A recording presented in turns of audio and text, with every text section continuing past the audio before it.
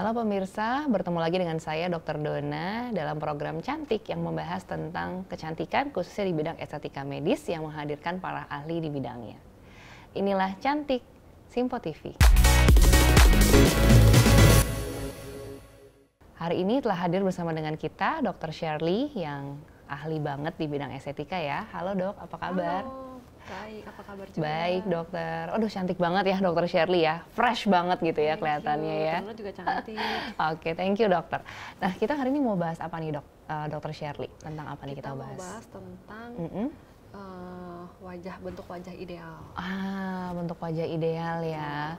Oke, kalau bentuk wajah ideal tuh lebih disukai itu yang seperti apa sih dok sebenarnya? Pada umumnya yang disukai itu wajah yang tirus. Oke, wajah yang tirus, V-shape ya. betul. Itu bentuk idaman yang diinginkan. Yang diinginkan banyak orang. Oke. Tapi nggak semua orang juga. Oh, tapi nggak semua orang juga ya. Nah, tapi terus gimana dok? Kalau kayak tipe aku gini kan wajahnya nggak V-shape ya, cenderung malah cabi ya, cenderung malah bulat gitu. Aduh, makasih loh dok Shirley. Terus gimana tuh dok? Kan pasti banyak juga yang concernnya kayak aku ya, maksudnya dari segi bentuk wajahnya tuh cenderung lebih bulat, terus pipinya juga cabi gitu ya, lemaknya banyak gitu. Apa sih yang menyebabkan kenapa wajah jadi tampak cabi dok? Penyebabnya ada banyak sih. Jadi salah satunya tuh genetik, jadi karena faktor keturunan. Biasa kalau orang tua kita ada anggota keluarga yang emang udah cabi, biasanya keturunannya juga begitu. Lebih rentan mendapatkan bentuk muka yang cabi juga. Itu bisa juga karena paparan sinar matahari. Oke, paparan sinar matahari ya dok ya. Terus setelah itu apa lagi dok? Itu bisa juga karena penumpukan lemak, kenaikan berat badan. Oke, kenaikan berat badan ya. Berarti obesitas dong dok ya masuknya ya itu ya? Obesitas juga bisa. Oke. Jadi kalau kenaikan berat badan itu ada penumpukan lemak pada pipi. Oke, jadi naik berat badan, pipinya jadi keseluruhan, pipinya juga ikut jadi cabi. Oh gitu. Jadi nggak cuman wajah ya, badan juga ikut gemuk, jadi wajah juga ikutan ya? Gemuk, iya, wajah juga ikutan biasanya gitu. Terus kira-kira apa lagi tuh dok yang bisa nyebabin wajah cabi selain tadi ada penambahan berat badan, deposit lemak gitu ya?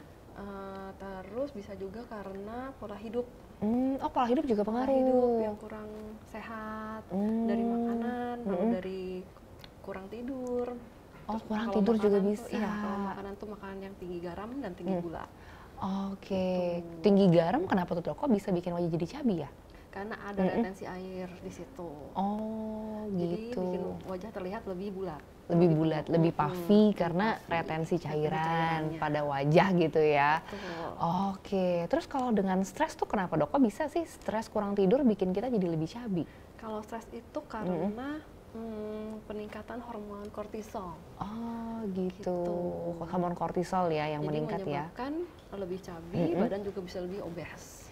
Kalau yang kronis ya, stres yang kronis. Stres yang kronis ya. Kenapa tuh dok? Kok kortisol kalau meningkat emang bisa dok bikin orang jadi lebih cabi? Hubungannya gimana tuh kalau dengan kortisol? Karena hormon kortisol itu bisa ada retensi air juga. Jadi seperti yang tadi diet garam, tinggi garam dan tinggi gula itu kan juga retensi air. Retensi air. Peningkatan hormon kortisol juga menyebabkan retensi air juga. Oh gitu, jadi retensi air terus termasuk lemak juga ya dok ya ternyata ya, bisa juga ya? Lebih terlihat cabi. Lebih terlihat cabi. Mukanya jadi lebih terlihat bulat. Lebih terlihat bulat, oke. Selain tadi lemak, sebenarnya bisa nggak sih dok kalau ada penyebab lain kecuali lemak yang bikin pipi jadi kelihatan lebih cabi? Bisa karena penyakit. Oh bisa karena penyakit juga. Faktor medis karena penyakit. Misalkan Cushing syndrome. Oh Cushing syndrome. Atau itu kan karena gangguan hormon ya. Iya gangguan hormon bener. Atau bisa juga karena obat-obatan. Obat-obatan juga bisa bikin. Ya seperti kortikosteroid itu kan bikin moon face. Iya bikin wajah jadi kelihatan bulat ya, bengkak gitu ya dok ya. Jadi kayak bulan. Wajah yang bentuknya bulan ya. Mudah-mudahan saya nggak moon face. Enggak. Oke, terus selain itu apa lagi dok kira-kira yang bisa nyebabin? Apakah kan kalau wajah itu kan berarti kan ada bagian pipi depan lemak ya dok ya. Kalau bagian rahang sini tuh gimana tuh dok? Itu biasanya bisa juga karena rahang yang besar, bentuk rahangnya emang udah besar, itu termasuk faktor genetik juga ya, sama otot. Karena Otot ada juga? masseter di rahang. Oh. Kalau emang ototnya besar, maka orangnya juga akan kelihatan lebih Lebih karena ototnya besar. ototnya besar. Oh, jadi secara garis besar nih sebenarnya penyebab daripada pipi yang cabi itu banyak ya dok ya. Bisa karena faktor genetik tadi ya, bisa karena memang penumpukan lemak di area Penumpukan pipi, lemaknya, peningkatan berat badan. peningkatan berat badan, bisa karena konsumsi makanan yang Konsumsi tinggi gula makanan, ya, betul. tinggi garam jadi menarik air gitu, jadi kelihatan pipi jadi lebih cabi. Terus bahkan bisa juga otot ya, ternyata pipi cabi itu bukan cuma masalah lemak aja yang mengumpul di pipi bagian depan, tapi juga ada otot rahang ya yang membuat lebih kelihatan besar. Nah, wah tuh penyebabnya banyak banget itu. Nah, tapi kira-kira kalau sudah seperti itu dok, kira-kira kalau kita nih sebagai pemirsa yang di rumah ya tentunya ya, pasti yang punya keluhan pipi cabi itu banyak. Pengen lebih tirus, lebih V-shape gitu ya. Nah, kira-kira apa sih yang bisa dilakukan kalau di rumah? Kalau di rumah ya, kalau di rumah, kalau genetik kita udah nggak bisa ngapa-ngapain nih. Iya sih, bener sih karena genetik ya. Saya juga gitu ya, rahangnya gede gitu ya, tulang pipinya juga bisa tinggi gitu. diakalin. Oh, bisa diakalin. Bisa diakalin. Terus kalau misalkan pola hidup, Pola makanan, hidup. itu kan bisa dietnya rendah Oh, garam, diet rendah garam bisa rendah gula ya. dari rendah gula. makanannya, atau tidur yang cukup. Ah, iya itu juga penting ya. Tidur yang cukup, kualitas Oke. tidurnya ditingkatkan. Itu jadi lebih, kalau banyak tidur lebih cantik. Oh, Ada lebih istilah tidur lebih gitu. cantik. Jadi kuncinya harus cukup tidur juga ya. Cukup tidur supaya kulitnya bagus, glowing, terus pipinya jadi nggak Pipinya cabi. juga jadi nggak cabi. Karena hormon kortisol tidak meningkat. Betul. Gitu ya dok ya. Wah itu tadi sebagian kecil yang bisa dilakukan di rumah ya dok ya, Itu tentang untuk di rumah. pipi cabi. Nah kalau misalnya nih dok, kalau sekarang ini kan berarti kalau di klinik sendiri pasien, dokter juga sering ya dok ya ngalamin pasien dengan kondisi pipi yang pengen lebih tirus, Iya banyak. pengen V-shape gitu ya. Nah kira-kira itu bisa diapain dok? Bisa kasih spill dikit-dikit mungkin? Kalau mau V-shape ya, biasanya kalau yang dari rahang tadi otot dibotox. Ah jadi Ada area botox rahang bisa dibotox? Bisa dibotox. Oke. Jadi supaya ototnya nanti lebih lemas, lebih rileks, jadi tampaknya lebih kecil. Ah lebih lemas, lebih rileks, tampaknya lebih kecil. Lebih kecil ototnya, jadi otomatis mukanya juga kecil. Tapi kalau yang karena lemak, itu bisa injeksi penghancur lemak. Bisa injeksi penghancur lemak juga ya ternyata ya, untuk ngilangin Untuk lemak. menghilangkan lemak berlebih di Area pipi atau area dagu. Oke. Double chin. Double chin ya. Jadi bisa di pipi, bisa di dagu juga penghancur lemaknya. Waduh, oke nih. Kita seru banget nih, Dok. Tadi itu baru 2 opsi ya pemirsa ya, dengan botox ataupun dengan penghancur lemak. Nah, pastinya masih banyak nih pilihan-pilihan yang lain dan nanti akan dibahas juga nih secara detail oleh Dr. Shirley. Oke, tapi kita harus jeda dulu ya. Pariwara berikut ini tetap di Cantik.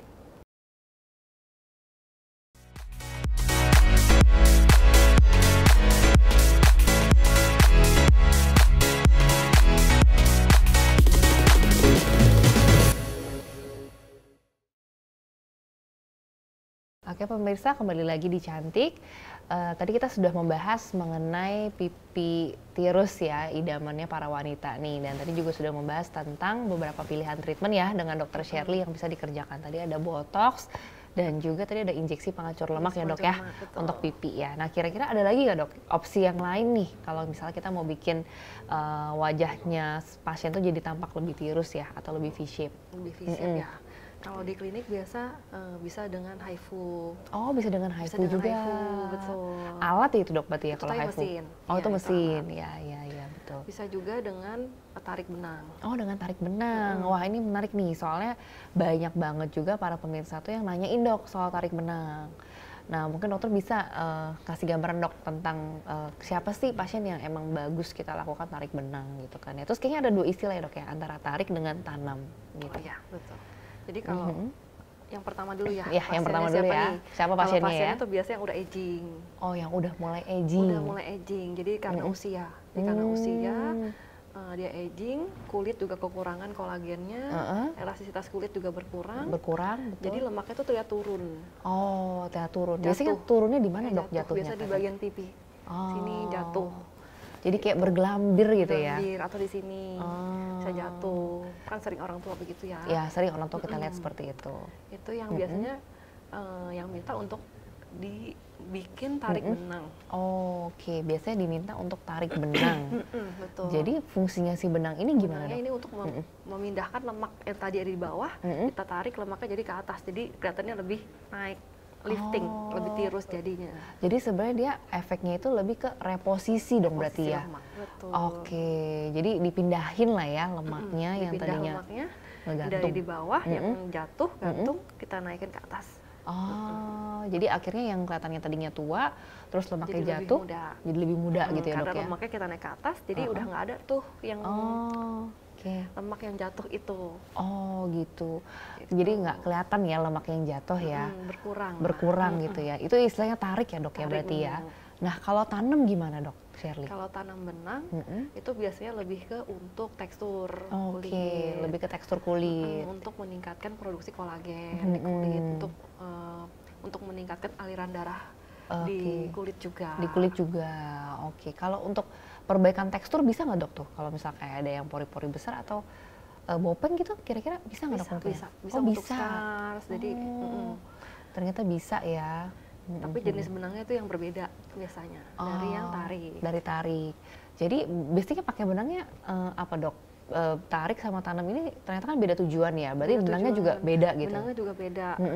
Penampilan benangnya juga beda. Biasa kalau yang tanam itu benangnya mulus, Oh. nggak ada geriginya. Oh, nggak ada geriginya. Jadi halus ya benangnya Halus, ya. benangnya halus. Bener-bener satu line gitu. Satu garis Satu benangnya. garis. Tapi kalau yang tarik biasanya tuh ada gerigi-geriginya ya. Oh, bergerigi benangnya. Bentuk gerigi juga macam-macam tuh, tergantung lah. Tergantung brandnya. Tergantung produknya ya. Si benang itu. Si gerigi itu fungsinya buat apa dok sebenarnya? Jadi gerigi itu fungsinya buat narik. Supaya bisa narik. Supaya bisa Jadi buat narik ya. nyangkutin lemak-lemaknya itu ke atas. Oh, buat nyangkutin lemak ternyata geriginya. Nah, terus kira-kira itu benangnya tuh nantinya akan hilang atau bertahan tuh untuk permanen gitu dok? Akan hilang, tapi ada juga jenis benang yang permanen. Gitu, tapi ada juga yang diserap. Yang diserap ya? Diserap. Oke. Tapi biasanya sih kita sekarang pakainya yang diserap. Oke, yang bisa diserap ya? Yang bisa diserap, jadi nanti bisa hilang. Bisa hilang, oke. Nah, terus selama pada prosesnya gitu dok, akan menimbulkan efek apa tuh kira-kira si benang ini? Kan pasti pemirsa pada bertanya ya, misalnya nyebabin alergi kah atau nyebabin mungkin bisa menginduce cancer gitu kan? Banyak yang takut nih ya, ada yang bilang tarik benang tuh sakit juga gitu. Iya, sering banyak yang takut sih, sering pasien juga, saya takut tanam banyak benang. yang takut ya tarik Kok benang kayaknya ya. serem sih benangnya dimasukin ke bawah kulit, seperti itu. Tapi sebenarnya prosedur tanam benang itu termasuk aman. Resikonya juga rendah. Oke. Low risk sih. Low risk ya sebenarnya ya dok ya. Tanam benang itu. Tanam benang itu ya. Komplikasinya juga bukan komplikasi yang berat. Bukan komplikasi yang berat. Paling memar. Oh biasanya memar gitu ya. Biasa memar itu wajar sih. Wajar ya dok ya. Kalau memar tuh wajar ya pemirsa ya. Lebih wajar. Ada bengkak nggak dok kira-kira kalau setelah treatment benang? Bengkak kadang-kadang ada bengkak, tapi itu wajar. Itu juga wajar ya. Seminggu juga berkurang lah, hilang. Seminggu setelahnya hilang ya. Hilang. Jadi agak bengkak sedikit karena proses masukin benangnya ya ke bawah kan kulit. kita harus masukin benang ke bawah kulit, ada penyuntikan juga untuk anestesi. Gitu. Jadi itu bisa bengkaknya bisa juga karena anestesi. Anestesi. Gitu. Jadi sebenarnya prosedur benang itu berarti biasanya yang dokter lakukan itu runutannya mungkin seperti apa dok? Kalau dokter misalnya ada pasien gitu ya dengan tadi tanda-tanda aging gitu ya, udah mulai kendor gitu. Nah kira-kira dari mulai konsultasinya tuh biasanya apa sih dok yang ditanya? Konsultasi kita lihat dulu bentuk mukanya. Bentuk muka tuh penting. Bentuk mukanya kayak gimana, terus benangnya yang diperlukan. Berapa banyak gitu ya dok ya? Berapa banyak, iya. Okay. Karena setiap orang pasti berbeda, perlu benangnya berapa. Oke. Gitu. Iya. Apalagi wajah orang kan juga kanan kirinya nggak sama ya dok ya? Kadang asimetris, jadi kadang kanan sama kiri juga bisa berbeda jumlahnya. Oke, jumlah benang bisa beda ya kanan dan kiri tergantung bentuk wajahnya. Nah setelah kalau udah habis konsultasi tuh dok, kira-kira selanjutnya gimana dok persiapannya? Konsultasi, nanti kita persiapkan dulu anestesi dulu pasiennya, pakai krim. Pakai krim? Pakai krim dulu, anestesi kira-kira 30-40 menit. 30-40 menit, oke. Setelah anestesi krim? Lalu setelah itu, habis anestesi kita bersihkan wajahnya, cuci bersih, terus disinfektan juga dengan alkohol, nanti baru kita proses. Kita suntikin juga, anestesinya juga ada yang injek, jadi nggak cuma krim. Jadi double sebenarnya. Anestesi, supaya nggak sakit, Ah, supaya gitu. nyaman. Supaya nyaman ya. Supaya pasiennya lebih merasa nyaman. Oke, wah berarti pemirsa nggak usah takut tuh, ternyata prosedur benang itu anestesinya aja 2 kali ya dok ya. Satu dioleskan krim untuk Dioles, anestesi supaya ada lebih oles, baal. juga ada diinjek. Ada injeksi juga tuh kata dok Shirley, jadi 2 kali malah ya. Nah setelah itu baru proses masukin benangnya gitu ya dok ya? Ya. Oke. Nah kira-kira tuh si benangnya ini kira-kira akan bertahan berapa lama tuh dok di bawah kulit? Atau hasil tarikannya itu bisa tahan berapa lama dok? Nah, ini tergantung dari bahannya. Oh dari bahannya. Dari bahan benangnya. Oke, jadi Biasa kalau durasi ditulis ya. tuh ada pilihannya. Oke, biasanya rata-rata berapa lama dok? Kalau benang? Rata-rata sih bisa ada yang 6 bulan, Oh, tapi 6 ada bulan. juga yang sampai 1 tahun atau bahkan 2 tahun. Oke, waduh seru banget ya pemirsa ya. Ngobrol sama Dr. Shirley nih mengenai tarik benang. Nah, tapi jangan kemana-mana karena kita akan segera kembali setelah break yang satu ini di program Cantik.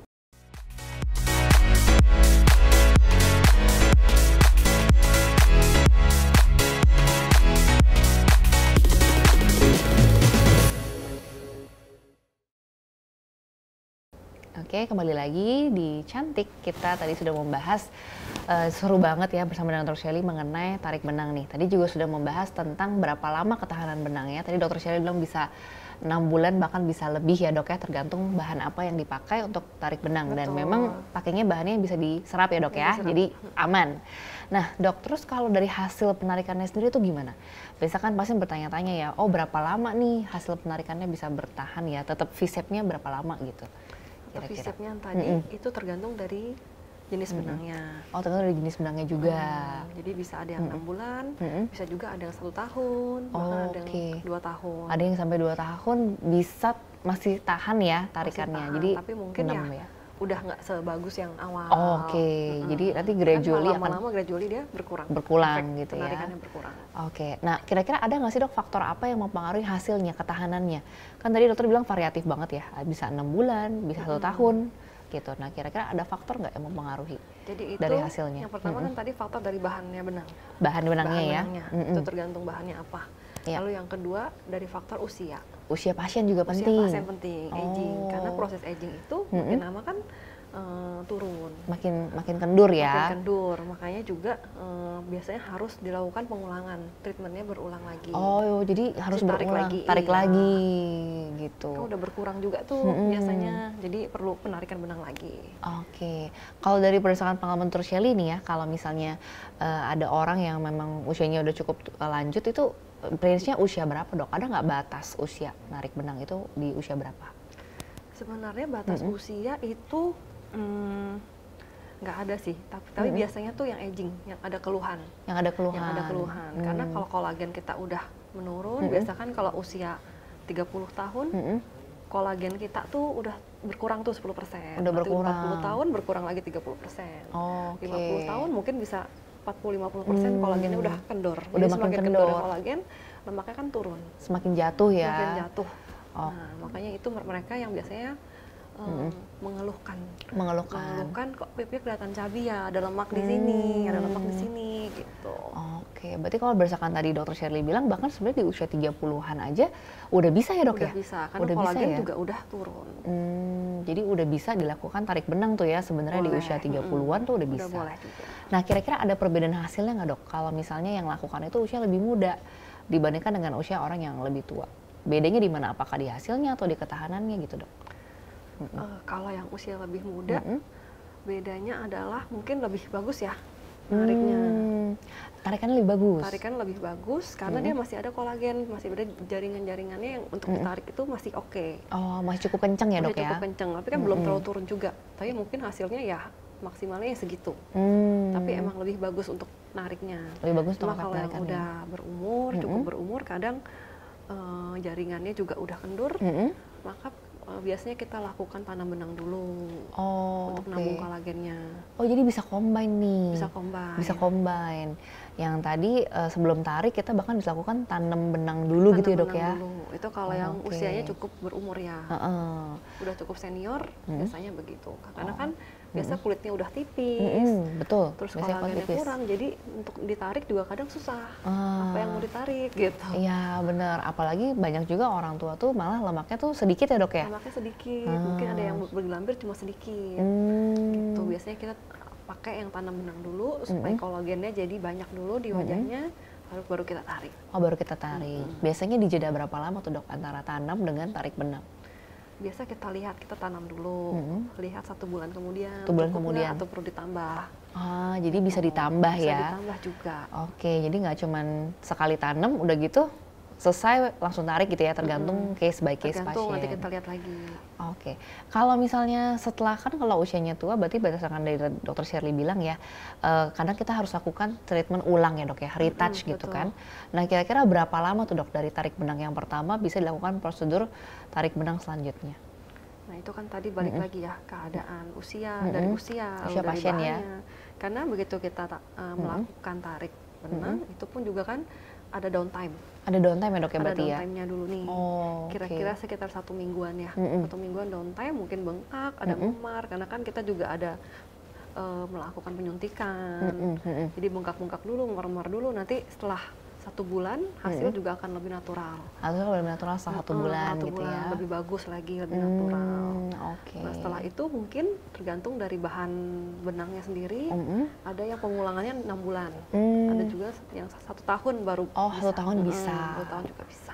Oh gitu. Tentunya kalau misalnya semakin dia lakukan secara berkala gitu, hasil pengaruh nggak dok? Apakah akan lebih bagus kalau Hasilnya misalnya? lebih bagus. Lebih Karena bagus ya? selain untuk narik, benang itu juga meningkatkan produksi kolagen di wajah. Gitu, untuk rejuve juga. Untuk rejuvenasi untuk juga. rejuvenasi wajah, untuk tekstur wajah juga lebih bagus. Untuk scar juga kan bagus. Oke, jadi sebenarnya semakin nanti bertahap dia berulang melakukan tuh semakin bagus ya dok ya bagus, sebenarnya ya. betul. Semakin kenceng, Tekstur kulitnya juga bagus. semakin bagus juga tekstur kulitnya. Nah selama ini berdasarkan pengalaman dokter ada nggak sih dok yang alergi terhadap benang nih? Karena kan sebenarnya kan kalau benang meskipun bisa diserap kita tetap memasukkan benda asing ya gitu ya.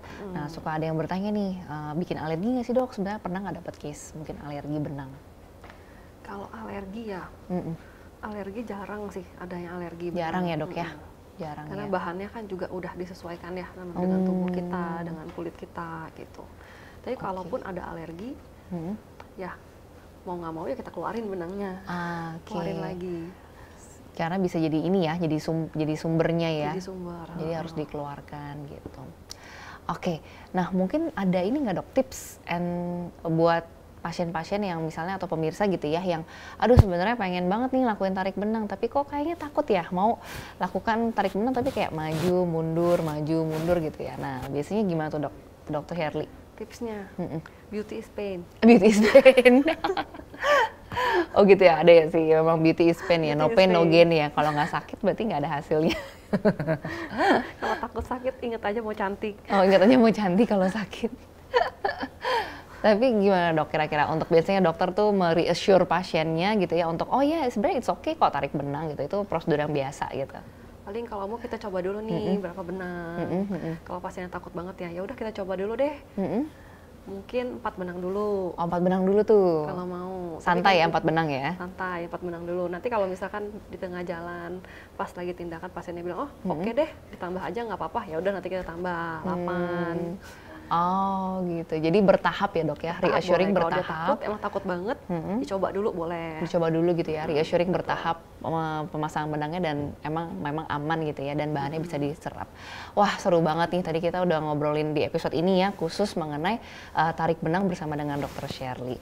Nah karena keterbatasan waktu di episode ini kami pamit undur diri, tapi pemirsa jangan khawatir karena program Cantik akan terus kembali dengan topik-topik yang akan lebih menarik lagi gitu ya bersama dengan expertnya. Nah saya Dr. Donna, Dr. Shirley dan juga segenap kru yang bertugas pamit undur diri. Tetap bersama dengan kami di program Cantik, Beauty is for Everyone.